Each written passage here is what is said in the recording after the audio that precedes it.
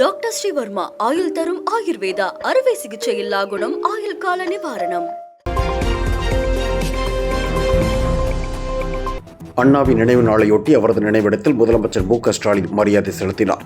முன்னாள் முதல்வரும் திமுக நிறுவனருமான அண்ணாவின் 56வது நினைவு தினம் இன்று கடைபிடிக்கப்படுகிறது. இதனையொட்டி முதலமைச்சர் மு க ஸ்டாலின் தலைமையில் திமுக சார்பில் அமைதி பேரணி நடைபெற்றது. சென்னை வாலாஜா சாலையில் இருந்து மெரினா கடற்கரையில் உள்ள அண்ணா நினைவிடம் வரை அமைதி பேரணி சென்ற திமுகவினர் அண்ணா நினைவிடத்தில் மலர் தூவி மரியாதை செலுத்தினர். துணை முதல்வர் உதயநிதி ஸ்டாலின், அமைச்சர்கள், திமுக நிர்வாகிகள், தொண்டர்கள் என பெருந்திரளாக கலந்து கொண்டு மரியாதை செலுத்தினர்.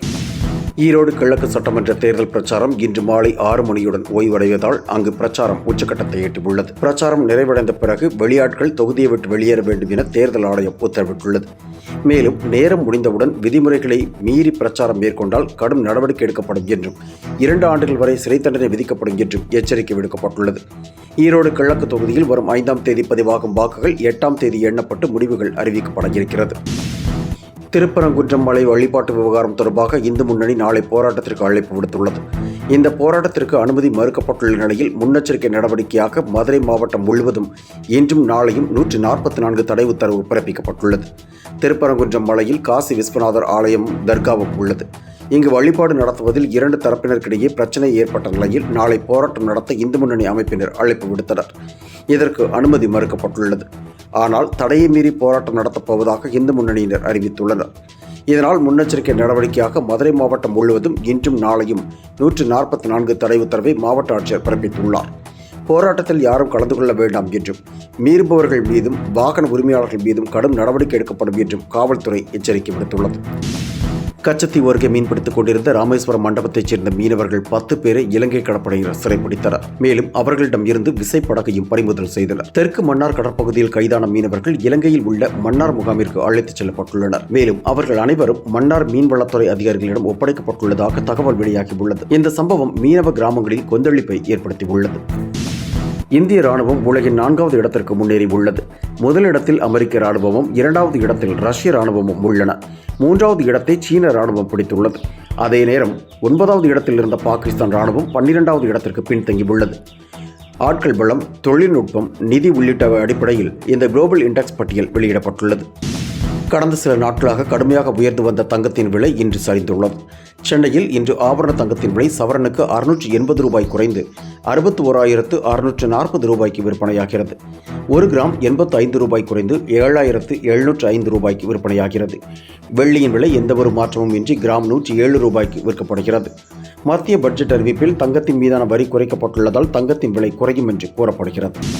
பெரியாரை சீமான் கடுமையாக விமர்சித்து வந்த நிலையில் தனது கருத்திலிருந்து ஒவ்வொரு நாளும் அவர் பல்ட் எடுத்து வருகிறார். இது அவர் மீதான விமர்சனங்களை அதிகப்படுத்தி வருகிறது. பெரியாரை வசைபாடி கொண்டிருந்த சீமான் பெரியார் ஒழிக அல்ல என்பது தனது முழக்கமல்ல என்றும் தமிழ் வாழ்க என்பதுதான் தனது நோக்கம் என்றும் கூறியிருந்தார்.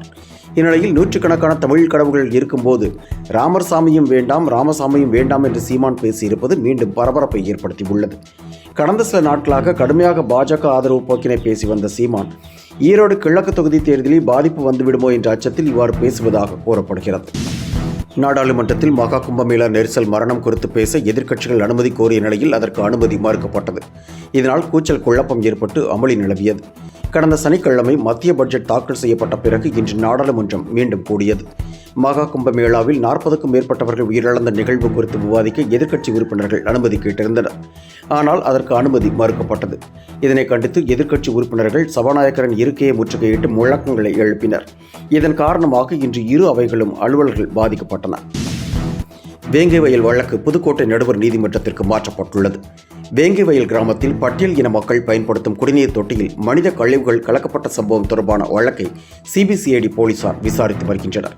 இது தொடர்பான குற்றப்பத்திரிகை அண்மையில் தாக்கல் செய்யப்பட்டது. அதில் பட்டியல் இனத்தைச் சேர்ந்த 3 பேர் மீது குற்றச்சாட்டுகள் தெரிவிக்கப்பட்டிருந்தன. இதற்கு கடும் எதிர்ப்புகள் கிளம்பியிருந்த நிலையில் சிபிசிஐடி குற்றப்பத்திரிகைக்கு எதிராக விசிக வழக்கு தொடர்ந்திருந்தது. இந்த வழக்கு தள்ளுபடி செய்யப்பட்டுள்ளது. மேலும் இந்த வழக்கு SC/ST சிறப்பு நீதிமன்றத்திலிருந்து தற்போது நடுவர் நீதிமன்றத்திற்கு மாற்றப்பட்டுள்ளது. வேங்கை வயல் வழக்கு புதுக்கோட்டை நடுவர் நீதிமன்றத்திற்கு மாற்றப்பட்டுள்ளது. வேங்கை வயல் கிராமத்தில் பட்டியல் இன மக்கள் பயன்படுத்தும் குடிநீர் தொட்டியில் மனித கழிவுகள் கலக்கப்பட்ட சம்பவம் தொடர்பான வழக்கை சிபிசிஐடி போலீசார் விசாரித்து வருகின்றனர். இது தொடர்பான குற்றப்பத்திரிகை அண்மையில் தாக்கல் செய்யப்பட்டது.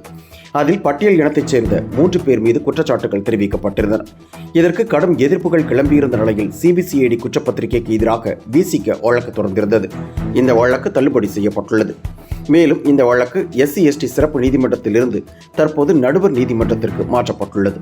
டாக்டர் ஸ்ரீவர்மா ஆயுள் தரும் ஆயுர்வேதா அறுவை சிகிச்சை இல்லா குணம் ஆயுள் கால நிவாரணம். என்றும் உங்களுடன் மை இந்தியா. முக்கிய செய்திகளை உடனுக்குடன் தெரிந்து கொள்ள சப்ஸ்கிரைப் பண்ணுங்க, பெல் பட்டனை பிரஸ் பண்ணுங்க. என்றும் உங்களுடன் மை இந்தியா.